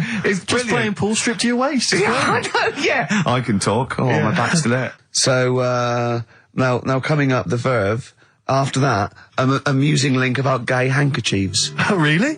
Looking forward to this. 104.9 XFM. You alright? This is Carl, producer of Ricky Gervais and Steve Merchant. They're not about today. Ricky's on holiday. Steve couldn't be bothered. So I'm left here with all the DATs. That's a digital audio tape of all the shows they've done since they've been here over the last, I don't know, year and a half or something. So we'll play you some of the best bits. Alright, so here's the first bit. I've said in the past to you, Rick, that my grandparents, so I love them dearly, but it's like for the last 30 years they've been waiting to die. I know, It's like they just sort of, it's like, the novelty wore off of like... Life in the 50s. Yeah, they got kind of bored of it. Life, in the 40s it was brilliant. All sat around the old Joanna's, the bombs fell, singing, they loved that. The 50s, that was great as well, because that was the post-war years. It was, it was a bit tight in the pocket, but it was alright, everyone pulled together. And then the 60s came along, all the crazy music, the funny hair. Let's stay in bed. Exactly, they basically stayed in bed. And it was one Christmas when my grandmother said to my dad, what do you like for Christmas? What do you fancy for Christmas? And this must have been, I don't know, 20 years ago. She said, what do you fancy for Christmas, Ron? And he went, well, I could do with a nice big kind of warm winter overcoat. She said, don't worry about that. Don't worry about that, because your father will be dead soon. It's right, you can have his. Meaning my granddad. Well, to be honest with you, my father's still waiting. which is good news. Good news for my grandfather. Less good news for my dad. Freezing. He's freezing. He's freezing. He finds out, how is he today? He's fine. Oh, okay. Oh, I'm freezing. It is such a weird mindset, that. I think that, to me, is what sums up people from that older generation, the 40s and 50s. And it seems to me that you've got that kind of mindset. It's like you were born in the 30s. And whenever you talk of your childhood, it's like you had like a baked potato to take to school. And a hoop and a stick is a Christmas gift. The other thing is, I think that that sort of generation, it seems that the man is dependent on the woman. There's a total dependence. Oh, absolutely, If she dies, he's done. Yes. He's done for. It just pine away. If he dies, she's got 30 years of pottering. Absolutely, yeah. Do you know what I mean? And going to, like, you know, the youth club and the church. I know what you mean, yeah. It's sort of like that. It's sad. Of course, it's sad for them, but it's not the end of their life. No, sure. And it sort of is the other way around. I don't know why that is. Yeah. It's terrible. That's a little melancholy thought for. I know. I've really brought it. You brought it down. You've brought it down. I've brought it. This isn't a nice show at all. This is terrible. Well, we're going to have really people just killing themselves. What? Right, you ready then? So, just in case you haven't heard it before, I'll give you some initials of a band or an artist. We're not doing Rockbusters now, are we? Yeah, I thought, well, we've just... Oh, no, we keep that going. Then we got... I love educating Ricky. That's my favourite thing now. Well, what do you want to do, Steve? I mean, let's hear the clues. It's just like he's sort of bigged up the prizes. And so this is only by email. Give the email address out now for people to write it down now, Carl. Right, it's ricky.gervais@xfm.co.uk. ricky.gervais@xfm.co.uk. Only entries on email. Yeah. You're going to get 3 clues. You've got to get them all right. And you win all the stuff. You win all those prizes you said. Okay, Carl, go on then. Right, and just a quick example. One of the first ones we did, it was like AK, and the clue was exploding pet, and it was atomic kitten, right? Yeah. So you understand how it works now. These are your clues. The first one, that army has got some nice trenches. That army has got some nice trenches. Excellent. Yeah. And the initials there are DW. Do you write some of the questions for 15 to 1? Go on. So that army has got some similar phrasing. Trenches. Okay. Okay. The second one. What are the initials there, Carl, on that person? DW. DW. Yeah. Right. The second one. The top of them curtains are all wrecked. All the materials all worn. He acts it out, though. We've got to get him on telly. We have got to get him on telly, because his little face and his gestures. That's the second one. The initials being HV. Okay. The top of those curtains are wrecked. All the materials all worn out. Right. HV. And the final one, here's the final clue. I was in Texas the other week, right? I tripped and landed on my knees in a puddle. What's the initials? WH for that one. So I was in Texas, I tripped up, landed on my knees in a puddle. So that's WH. Incredible. You've got it! Is it great? It's fantastic! It's decimal. Okay, tell me during the record. Do you remember you're playing for these compilation albums? We got the Fatboy Slim DVD, Linda Green on VHS, and of course Executive Decision, starring Kurt Russell as well. Oh God! So, Steve, do you want to pick a winner? I've got a winner when you give us the answers. Okay, so the first clue was that army has got some nice trenches. Yeah. That was DW. Who's that? Dandy Warhols. That's brilliant. That's brilliant. All right. That's good, yeah. The second one, the top of them curtains are wrecked. All the material is worn. Yeah. HV. That's Holly Valance. Oh, he got a phone call for a woman saying I haven't heard it, and he was talking to her off air, and she went, what is it? So-and-so said them curtains. She went, oh right. He said, you know the thing around the top of the curtain is a palmet, not a valance, and he went, cut her off. Yeah, but my auntie's always making balances on everything. I'll tell you about that next week, right? I'm looking forward to that. Right. Is this the one that farted for 5 minutes? Yeah, the very same. Yeah. Right? So we'll talk about that. I was in Texas, I tripped up, I landed on my knees in a puddle, WH, wet knee Houston, right? Wet knee Houston. Yeah. So, You're a maniac. So, who's a winner? We've got Pete, Catherine and Laura in Newcastle upon Tyne. They're listening online, I assume, and they're going to get Digital. those great places. And remember, they got loads of stuff. They got the DVD here, they got Linda Green, they got Stone Roses, they got another compilation, and Executive Decision. Can't concentrate now. Oh, well, he's all stressed because the lady from MTV is here. She's going to film his little face. So the things he said in the week, he was so worried. He's got worried about the spot on his head. That won't come out. Just you got your best side. He's on that side. That's all right. Yeah, the camera's out. Look, he's getting nervous now. Okay, Carl, ignore the camera. okay? Just ignore the camera, okay? Now, me and Steve have done our research for you, and we've got 2 amazing things to tell you. What should I tell them first, about the baby or the... Well, they're crab? both equally fascinating, so you choose. I'll tell you the crab thing first, right? Steve actually saw this thing in the Guardian of the Week about our research thing, and then we looked into it on Friday, and it is incredible. Right, listen to this. There's a thing in a bay in New England, right, where it's like the biggest. They make silicon chips and stuff for computers, right? And because of the data protection thing, after they've done them, because they have to destroy the plates, right, well, the information's sort of put onto them, but there's still flakes of silicon. They sort of grind it down straight away, and some of the flakes got into the bay, okay, but some of the information is still on even the slight granules of silicon. Anyway, gets in the water, and silicon is rather like a carbon derivative. They reckon if there had been life on another planet and it wasn't carbon-based, it'd be silicon-based. Because like simple sugars and proteins, it's just COH and that, and it can work with silicon, right? Anyway, the crabs have been taken up, they're still in the water, and they looked out on the beach, and over years the crabs have started sort of putting themselves in formations, like geometric format, and they couldn't work out why they were doing this. And when they put them in the experiment, they sort of like chopped them up, and they found they'd taken on silicon, and it had sort of got into their brain, and they were downloading information. They picked up little things, because it's just chemical, electrical impulses that got information off the silicon chip, and they were interfacing it. But this is the amazing thing. One bloke sort of thought of this, and he thought, well, if it's a simple computer with a brain, if it's just a simple sort of electrical thing, then maybe there's sort of, we could get it down. So what they did is they made a thing called a biointerface, and they put it into the crab's brain, just a really simple brain, so it's medulla oblongata, right? And it got impulses from it, and they were getting like computer readers, so just flashes of like symbols and geometric things right on this screen to read the crab's brain, and it was stuff like fragments of a. What made them do this in the first place? Because they saw the crabs behaving differently. They were behaving differently to each other. They were just like they were, intelligent, and they were sort of solving problems and all this sort of stuff. Anyway, when they downloaded the thing, it was like they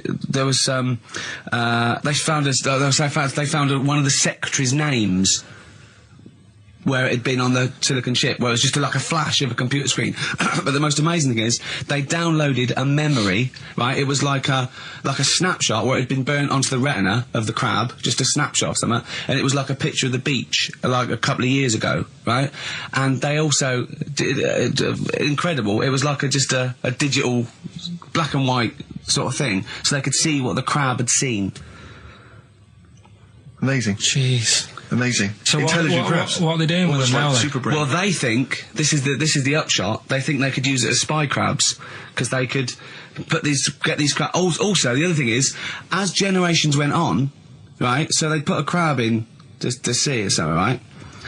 Lots of crabs in, and then as generations went on, a newborn crab, they downloaded the memory, and it had the memories of its great all together. It had every memory that any crab had been related to it beforehand, because it passed it on. It just passed it on. So not even ones that had been eating the silicon stuff. Yeah, no. These are just like ones that have had kids. Yeah, and they've got like. And they know so you'd know everything. Your everything right the way back. So would that work if we ate silicon? Well, I suppose possibly. So what are they going to? Well, they can use them for all sorts of things, though. I mean, that's what's incredible. I mean, I don't know how you train it particularly. I don't know, it'd be quite tricky to train, but I'm assuming if they can do it that way, then presumably they can give it like certain silicon information, which they can then plant in it, if you like, within its sort of food. Also, if you could get them onto enemy beaches, you'd have like 1,000 digital cameras just sneaking around. You could get Osama bin Laden or someone. They don't understand the information they've got. No, they don't know they're doing it. They just download the message. So it's not like you could torture them and they won't be able to sort of give you the information, because they wouldn't know what information they had, because they're just. But the first crab they downloaded, they just kept seeing the same picture of a big crab feeding it, which they. Really? Yeah. Wow. That's what, like its mother crab or something? Yeah. Just memories of it as a child. But they're not in colour, presumably. No, Because it's all in black and white. It's just a digital camera because it's just they don't see in black and white, so it's just like a I don't know. I think it's burnt onto the retina or something. And the only one that they kept were the ones they saw a lot of the time. Well, I mean, in a way, some of the educating Ricky I've got for you today is on the similar lines. Right. Oh, you've got to be impressed by that. You've got to be impressed by that. That's pretty good. I mean, I'm interested to see, you know, what they do. What the crab developments are. But yeah, no, that's pretty good. Yeah. But I mean, amazing. Yeah. Amazing. Well, just digest that information, because that's not even the most impressive one we found. I think it is. I suppose it's pretty impressive, but the next one's maybe more shocking. Okay, right. Well, let's play a tune, and Ricky's got another extraordinary fact. 4.9, I'm Ricky Gervais, with me Stephen Merchant. It's the best of. You've been voting in all week, sending your emails, so here's the clips that you wanted. Wu-Tang Clan and Gravel Pit, we love that, don't we? I love it, yeah. Yeah, Brilliant. Classic track. We're talking about embarrassing stories and stuff, and I don't know if I've told this on the radio before. Have I told you, Carl? I'm not sure. But this was when I was working at the BBC. This is not even long ago, and I'd moved to London, and I was fairly new in London. And I was working at the BBC, and I had this BBC hire car, and I've never told it. If there's anyone listening who works for the BBC, I don't know if I can still get in trouble for it. But this BBC hire car, and it was like I'd been ferrying kind of actors and people and production people around all day in this car. And I was driving back, it was quite late, it was about sort of 7 or 8, and I was driving back, and I pulled in to get some petrol to fill up the car every day. And I went into this garage to fill up some petrol, and I was there, and these two blokes came in a white van, right? They pulled into the forecourt, and I was filling up the car, and they went, "Hey, do you want to buy a couple of speakers?" And I said, "Yes, I do." Yeah. Because, I'll tell you the reason, it was like I was so flattered that they thought I'd be the kind of bloke who would, A, need some kind of classy speakers, and B, would like to buy them on the sly. Do you know what I mean? Yeah. I thought, they like the They've seen me. They've seen I look a bit of a hustler. Exactly. Yeah. I'm a street sort of guy. You can see by the way I use my walk. Exactly. Yeah. So I couldn't believe my luck. So they drove behind the garage, the little sort of garage bit at the back, and I went round there, sort of casually went round there, sort of locked the car, went round there. They went, open the back. You had 2 speakers in there. I said, "Are you sure these aren't knocked off, mate?" He went, No. We work for Dixon's. This is a story he spun me. We work for Dixon's, right? And we're delivery men. And if we make a delivery and the person's not there to sign for the goods, then we have to bring them back to the warehouse. But if we can sell them on the way back, then that's really good for Dixon's. Dixon's must love that. And instead of thinking, are you sure some kind of troubleshooter didn't... I mean, did someone go into Dixon's and go, you're not getting in the garage forecourt market? Jones. Exactly. Get a couple of lads in a white van. Exactly. Yeah. So anyway, I sort of bought this story, and I was a little bit dubious, and I went, right, let me hear them then. And he wired them up to the car stereo, and boom, boom, boom, they're playing. So it was some groovy hip-hop. I was thinking, great, these guys know what I'm into. Yeah. And he's giving me the talk and stuff. And I said, I'm a bit worried these are knocked off. He went, no, listen, we got a bloke at Dixon's who can confirm this is fine, right? Phone him up, use my mobile, right? And quote this reference number, right? So I phone out, and I goes, I go, hi, some guys here in the garage forecourt trying to sell me some speakers. Just wanted to check. He went, it's fine. I went, should I just read the reference number or whatever? He went, if you want. And X14, and I'm like, yeah, it's fine. Yeah.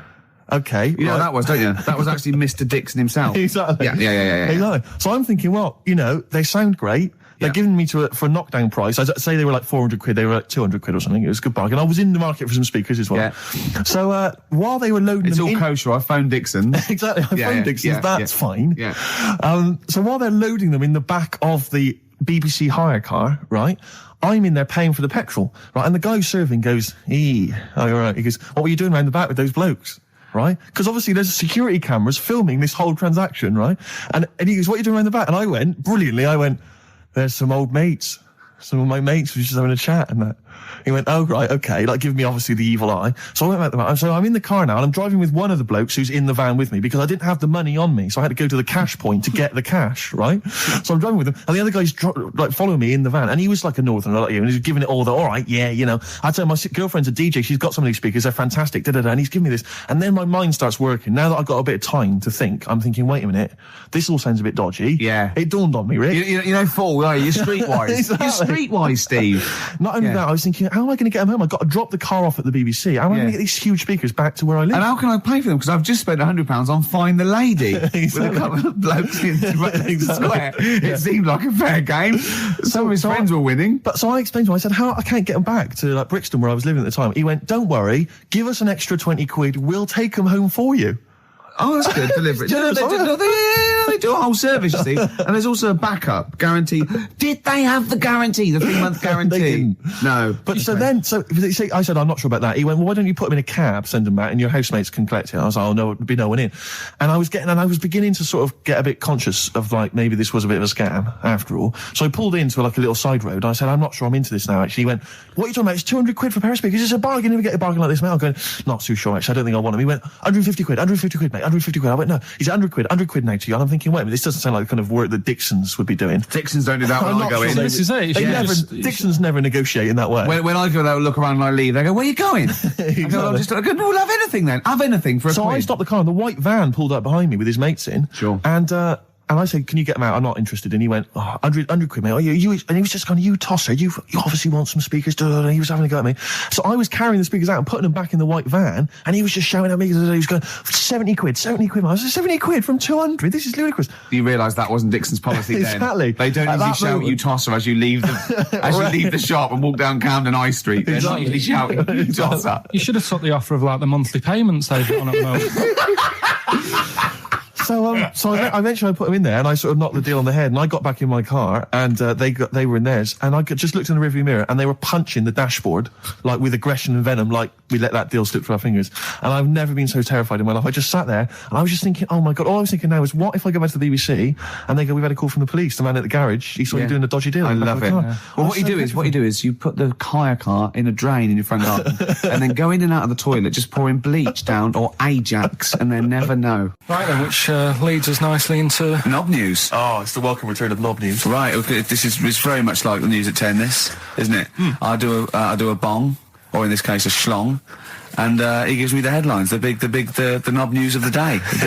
Where have you collected all this knob news? Was there a lot of knob news this week? it was mental this week. The amount of stuff. The way it works, you give us the bong, Yeah. I'll give you the headline. Okay. Steve decides which stories we're going to talk about. And now on XFM, knob news. Schlong.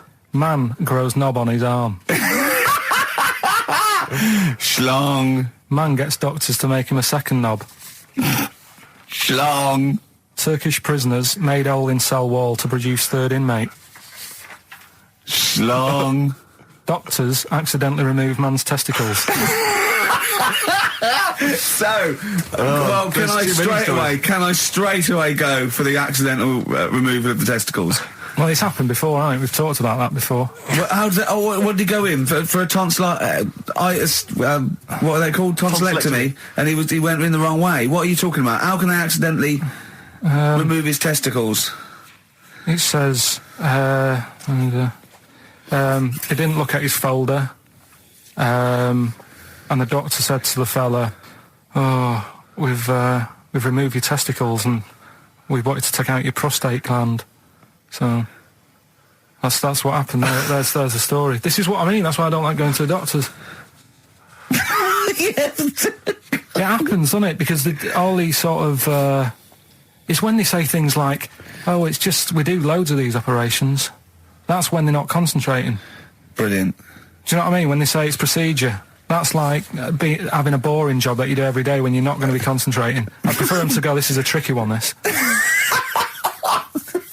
I know what you mean. I do know what you mean. People, you watch TV programmes about, like, you know, removing someone's second head or whatever, and there's like the best surgeons from all over the world. It's televised. They can't It's make a mistake. televising it. They can't go, we took his legs off by mistake. Whereas the fella who's having a prostate's like, "Oh, do you want to do it? I'm sick of doing that." Yeah. And they're probably doing a crossword whilst right Of course they are. I've seen that actually in operating theatres. They're doing a crossword. That's what I mean. Yeah. I was just examining some of the other knob news, Rick, a little bit more closely. Man gets doctors to make him a second penis. I'm sure we're all interested in what happened there. Yeah. A German who persuaded doctors to give him a second penis has lost his wife after he showed her the result. Biker Michael Gruber lost his original penis in a motorbike accident, and doctors built him a second one using a mixture of skin, bone and other tissues. Bone? Apparently, the penis worked so well that he was even able to father a child with his wife Bianca. But Gruber was still not happy and asked doctors to repeat the operation and build him a better organ, to which they agreed. From his hospital bed, he said, "I've got 2 penises, but no wife. I'm hoping when I get rid of one of the penises, I'll get her back." What do you mean? Sorry, he had 2 put on. What side does he wear? So he's had both. So he's had 3 then. Yeah. This is probably the thing that happened with Hitler when he had one ball, but he had 3 at one point, didn't he? So he just kept one in the Albert Hall, gave his mum one, and kept the other one. Oh, chimpanzee that monkey news. Right, there's this monkey, right? Oh, yeah. I think his name was number 6 or number 7 or something, right? In this lab, right? Yeah. And anyway, it's in there with like the rabbits and little mice and stuff like that. And The rabbit smoking. the nurse, right? The nurse, not the nurse, the woman who works in the lab. What would you call her? A nurse? Depends. What depends what her job was. If she was a lab assistant, you call her a lab assistant. All right. I mean, they probably call her by her name. All right, lab assistant, right? Kirsty. So she's, I think it's probably Kirsty. Right, Kirsty Morris. well, she's in there, right? Yeah. And she don't work with many people and that. She's mainly on her own with, just putting lipstick on rabbits and stuff like that, right? Chimp fancies her. So, Chimp fancy her. He's putting on lipstick. Chimp fancies her because she's got hairy legs. He gets pally, right, with this woman because he gets to a point when she sees him every day. It's the way he sort of tries to string out like it's a narrative love story. Did the chimp put its hand out and grabbed her, and then you thinking that he made a move on her? So Right, come on, he's let him allowed tell out. the He's story. allowed out. Oh, the it's not a cage. story, is it? He's allowed out the cage and what have you every day. So he's wandering about, and as time goes on, he's watching what she's doing more and more. Right. So he notices like the code on the door, right? Whatever 247 or whatever. Yeah. He goes, right, I've clocked that. I've got that. I'll remember that. Right. And then he goes, right, there's a lot of Definitely lipstick and that knocking about, a lot of makeup. Right, okay. No, there's no way. Finish. No, because So- Steve, you know what's going to happen. Let him finish. I know what's going to happen. So he's there. It's command you to ridiculous. let him And he's finish. going, well, if it's there, you know what I mean? So while she's messing about with the rabbit, he gets there, he's in front of the mirror, putting a little bit of lippy on. Right? You are no! I can't. It's gone too far. little bit of No, it's gone too far, Steve. Right, Your mic's off, Rick. He's finishing Right, the story. so- Turn mine off as well. It's gone too far. Turn them off. Just let him finish. right, so the thing is, right, it's this monkey wandering about. It's got lipstick, it's got mascara on, it's looking pretty I good. didn't mention the mascara. It's looking all right, right? So it knows the code on the door, 247, right? So when she's sort of messing about with the rabbit, right, he goes, right, here's my chance.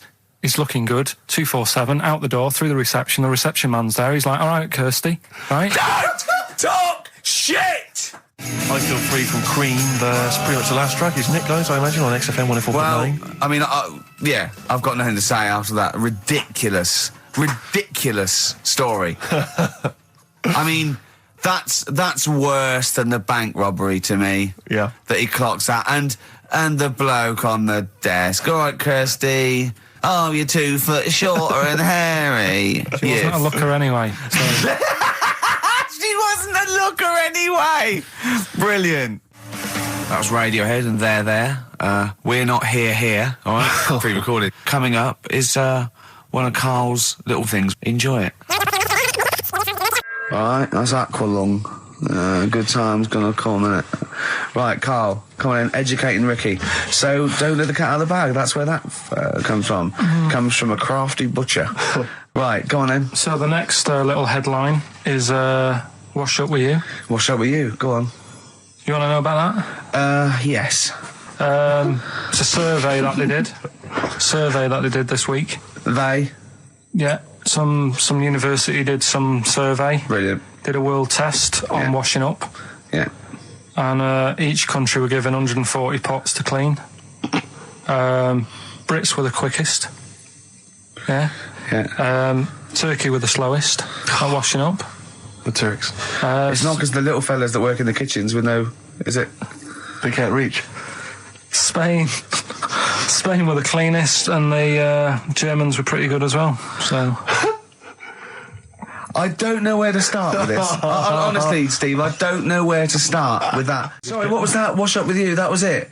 But was that it? They survey of washing pots and I pans. didn't washing understand. You said Italy were the cleanest. No, Spain. no, Brits were the quickest. Yeah. We were the quickest, but Italy was the Spain was cleanest. the cleanest. Turkey were the slowest. Yeah. Spain were the cleanest. But why weren't we clean then? Because we were washing up. Why were we not paying attention to the We bits did it of dirt? rubbish. We did it quick. We did it quickly, but I don't understand why it was Hold being on, rated on. Who was doing it? Was it Annette Newman or Ainsley Harriott? She's quick. Both of them are quick. Yeah. Well, they've got like kind of loads of slaves that do it for them. Did we use fairy liquid?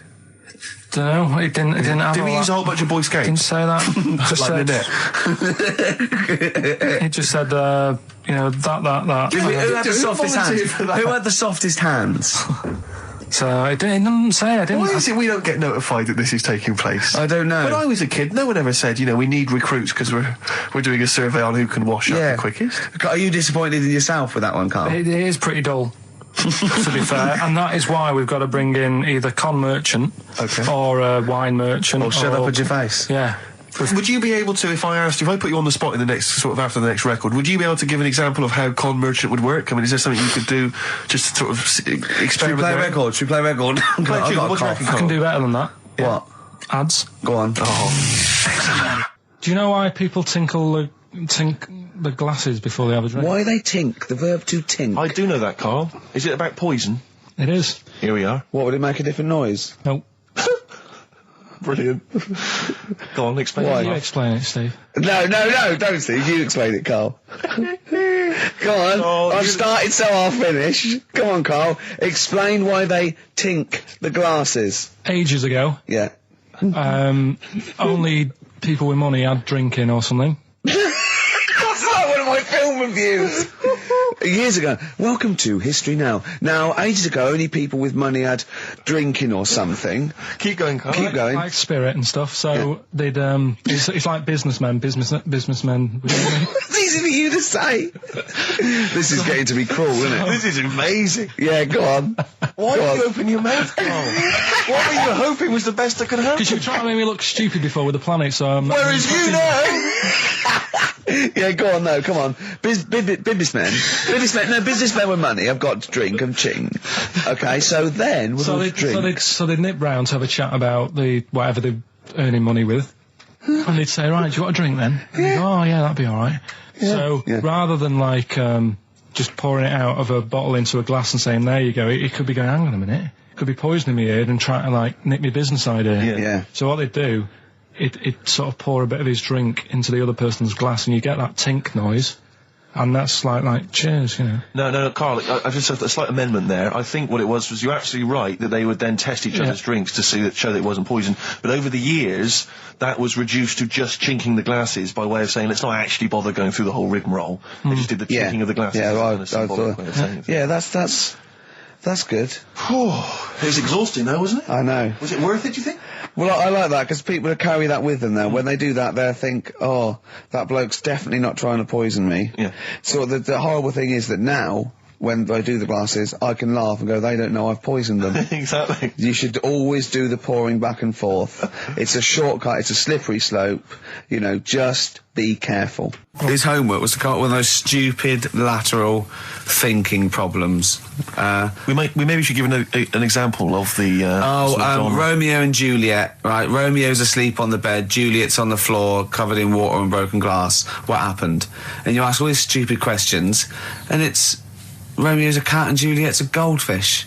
Again, Awful. What am I thinking? Yeah. Yeah, come on then, Carl. Right, Yeah. there's a bloke lying on the floor, right? He's cut his head, blood's coming out of his head, and all his mates come running up, and they're all stood round him. Yeah. And they don't take their hats off as a mark of respect. That is outrageous. Why didn't they take their hats off? I'm laughing, but it's probably as good as the real absolutely. ones. A bloke's fallen with his... Yeah. He's lying on the floor. Yeah. He's dead. Yeah. His mates come running up. Was it important that his head was cut? I don't know. I mean, Would it have been okay if he'd have been wearing a hat? He wouldn't have been dead if he was wearing a hat. What's your answer?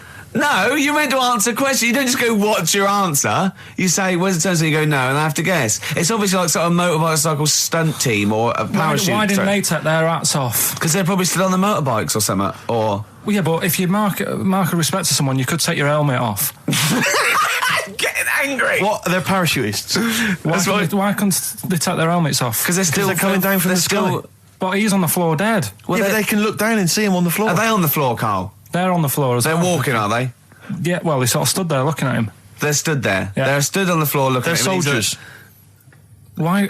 But why? If Because it might be in a battle zone. They might have their helmets on, and he's been shot in the head. No. Well, that does work. You see, this is my point. That one works. That one works. Unless you've given us a piece of information where that doesn't work. What's the difference? Why is yours different to he's been shot in the head in the trenches and they're looking at him and they keep their helmets on? I just don't think it matters as much. If they're in the trench, they're already guarded a little bit, so they could take their hats off. It's the best mate, for God's sake. Okay, who's dwelling on this? Are they normal hats? What kind of hats are Give you the they? answer. No, don't get ratty. What kind of hats are they? Baseball hats? If I told you what sort of hats they are, you'd have the answer. Wow. Okay, I've got to guess what sort of a hat it is then, have I? Right. Is it a trilby? No. Is it a bowler? I know what it is. What? They're spacemen. No. Oh, that's a good That one. one though. works as well. This is my point. I like that one a lot. It works. He's fallen on the moon, and not that the moon happened. It was set up, it was wasn't all it, in the fake, studio? isn't it? We know that. Yeah. Okay, Carl. What's your answer? Builders on a building site. Why is that different to soldiers? Because bricks don't fall in wars. But bullets fly. Right. Let's play a record and we'll come back to it, Carl, while you think about what you've done. Oh yeah, you've embarrassed Let's play some yourself. classic Suede. Yeah, and this is for David and Kieran. I think who wanted a bit of Butler. That was Jane's Addiction. This is the Best Of Show on XFM 104.9. I'm Ricky Gervais, with me Stephen Merchant. Yes. This was a clip show. We recorded this a couple of weeks ago. I hope you had a Merry Christmas. It's not over yet, because tonight at 9:50 is the second part of The Office Christmas specials. It's brilliant. Watch it, and we'll be back next week live. I'm Ricky Gervais, with me Stephen Merchant. Bye. Have a great new year. But if you want, I'll pay for you to take history again.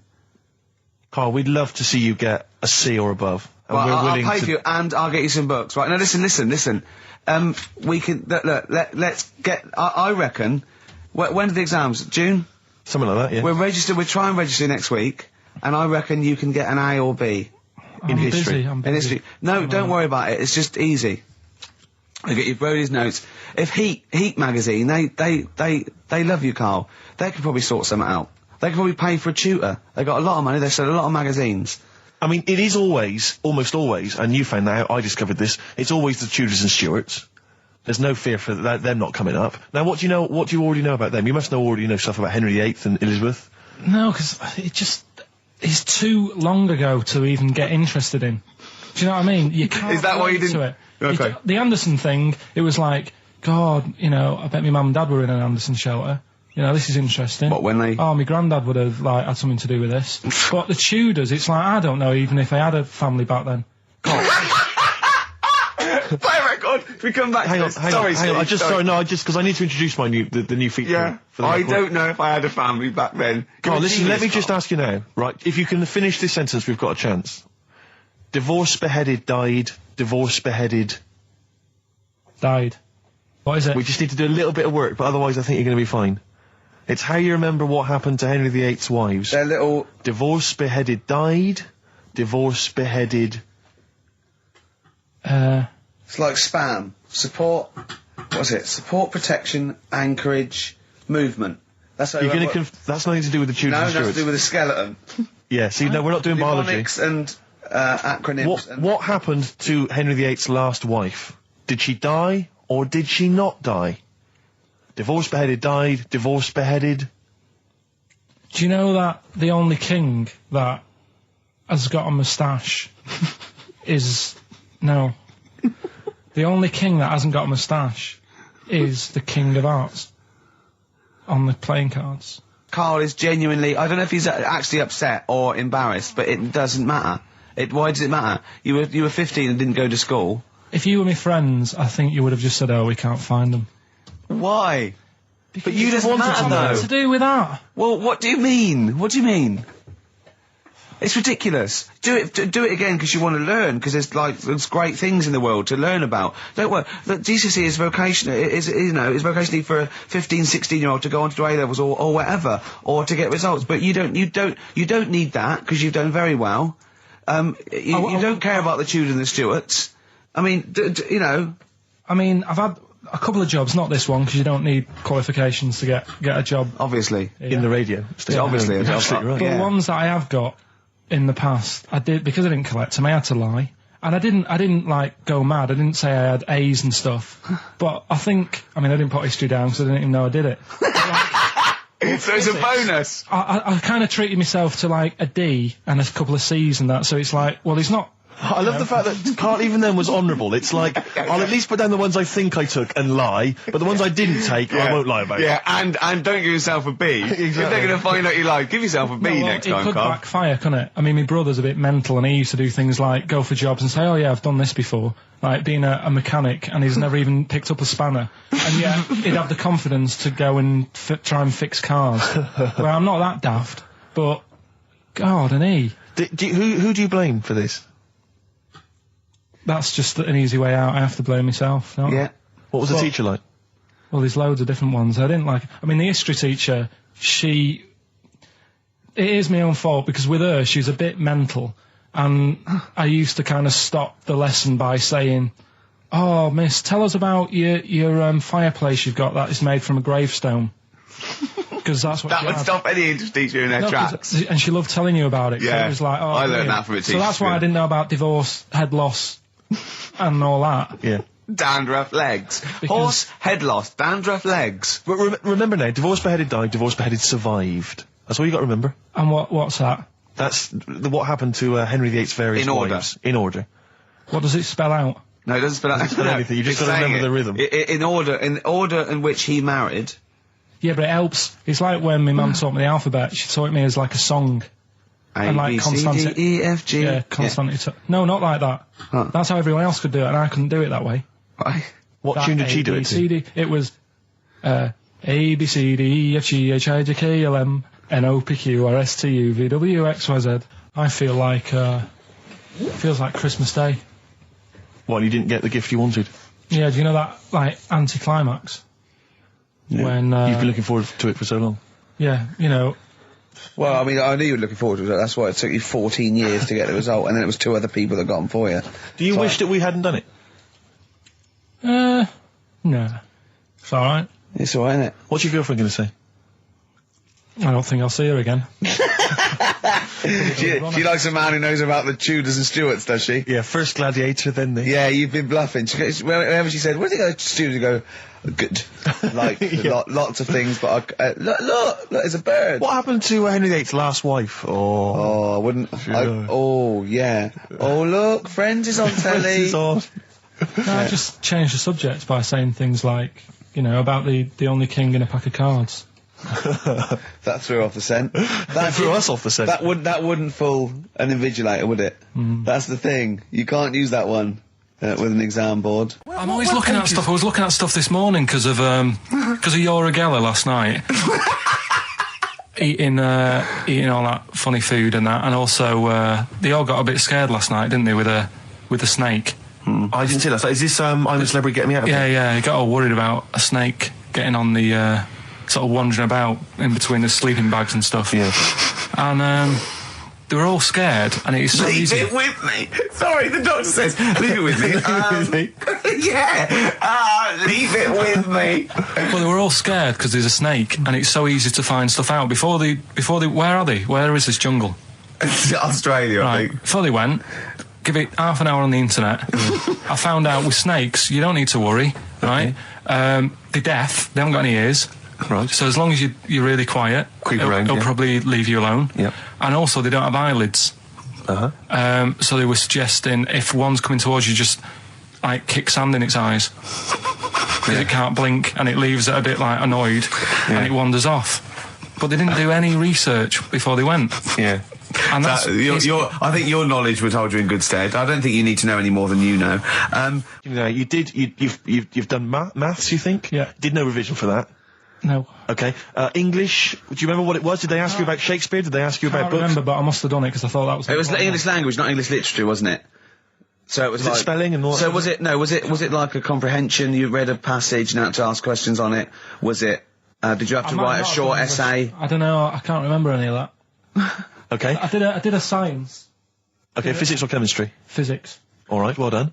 And this is all you think? You actually took that? You actually took physics GCSE, you think? You're obliged to do a language, I think. Did you do French? I did French for a bit. I don't think you are. I don't think you have to do a language. I think you have at GCSE, I think you've got to. Well, English quite good. I think that's his language he did. So you don't know about language. History? Geography? Just what you will find out, won't we? Okay, but you just can't remember. I can't believe you can't remember turning up for these things? Because it's quite a big moment in people's lives. It is the thing that you've been working to all of your educational life. On the day that the things came out, I was working as a printer. Okay. And it was a really busy A lot day. of spelling mistakes. It was a really busy day, so you're bound to forget. Yeah, the yeah. exams. No, but I had to use gold ink that day. Oh. And it's, Yeah, I mean, you're yeah, not a printer, yeah. so you don't know. No, that's the biggie, innit? But it's tough. You've got to really get your rollers clean. Carl, play a record, mate, and good luck with the exam results. Hopefully we'll have them for you by next week. It's time to give Carl... You're actually nervous. I'm a little bit nervous. Just to recap, Carl is 30 this year. He never went to get his results of his GCSEs. So myself and Steve took it upon ourselves to phone his school, track them down, and we actually got your results. What did you think you took? Did English, Right. maths, Yeah. art, Right. and I think I did physics. Okay. Well, you didn't do any of them. Eh? You didn't do any of them. You didn't register. You registered for one exam and took one exam and got results for one exam. So I don't know what you thought you were turning up to, or you weren't registered, or you didn't. You're familiar with the notion of registering for an exam. You have to kind of officially register in order to be eligible. What do you mean, register? I turned up for a couple. Yeah, you can't just show up. You have to register for them. You have to pay this because it costs the school money, so they have had to have paid for you if they thought you were going to pass. You can't just turn up on the day and ask for some paper at the front. I never got a letter telling me that. Well, that's because you were never at school. But you did somehow register or registered for one exam. You registered for history. It's a topic that you've always been interested in. I was saying to Ricky before, World War II, I loved it. Not the actual event. No, the but study just of it. all You the mean? stuff like, about the Anderson shelters and stuff like that. Yep. And the bombs and that. Mhm. And then when I took it, it had nothing to do with that. It was more about the Tudors. So the Second World War didn't come up. You mean there were no questions about the Anderson shelters? Nothing. That's devastating. So So what are you expecting the result to be? is that it? Yeah, it's the only one you took and registered. As far as the school is concerned, or yeah. certainly in Well, it's the terms only of one what that they told counts. us. It's the only result. It's the only one that counts. Yeah, you've got... I don't... Did you register for yours? Yeah. Yes. I've got certificates and everything. So what... Do you do that before the exam? Do you have to go somewhere and sign something, or... Yeah, you don't check your results and then decide if you want to register. It's not like Millionaire when you look at the question and go, I think I'll take the money. Yeah. You go... no. But anyway, you must have registered for one, or maybe your teacher put you in for I it. didn't do it. They must have been Someone else confident. registered They for must me. have been confident. They must have thought your best bet was history. Right, so... What did they get? You got an E. Which I think, technically, is a pass. E. It's a bad pass, but there's F, How and there's much- U. You're not going to be doing a PhD. You can get an F, right, which is fail, and then a U, which is ungraded. Now, I don't know why the U exists, because F means you failed. U is like them going, you not only failed, but you wasted my time. So... We're annoyed Yeah, that you took yeah. this exam. So you thought they'd register me to get an E? well, they didn't. Well, they think didn't. you'd I get think any. they were hoping. It was rather like you with the lottery. They were hoping see- for something better than You nothing. see, I assume that the man who registered for that thought he can scrape an E if Anderson shelters come up. Yeah. Well, that's it. You've got... Now, what I'd like to do, Carl, is... I've started your re-education. You've read a book on Rasputin. I'll be asking you a few questions about that later. I've got another book for you to read next week. Next week, I've got I'm a little... not in the mood. What? Not in the mood. Oh, come on. Look, what's that? What does that say? It's that fella... It's the picture of the bloke that he used to use for Citizen Smith. Yeah? Che Guevara. Yeah. Yeah. He was quite happy, I think, when he found out that Robert Lindsay was involved. He went, yeah, of course you can. No worries, yeah. What So- are your feelings, Carl? What do you think? Are you emotions depressed? I'm just a bit annoyed because I'm sure I turned up for more, so it just wasted me time. Listen, they don't matter. I'm sure I you're did doing. more You're than doing one. very well. You can educate yourself. GCSEs are merely a step on the ladder to help you, not just for education, but they're more vocational than anything else. You're doing very well, and you're reading books. Don't worry about it.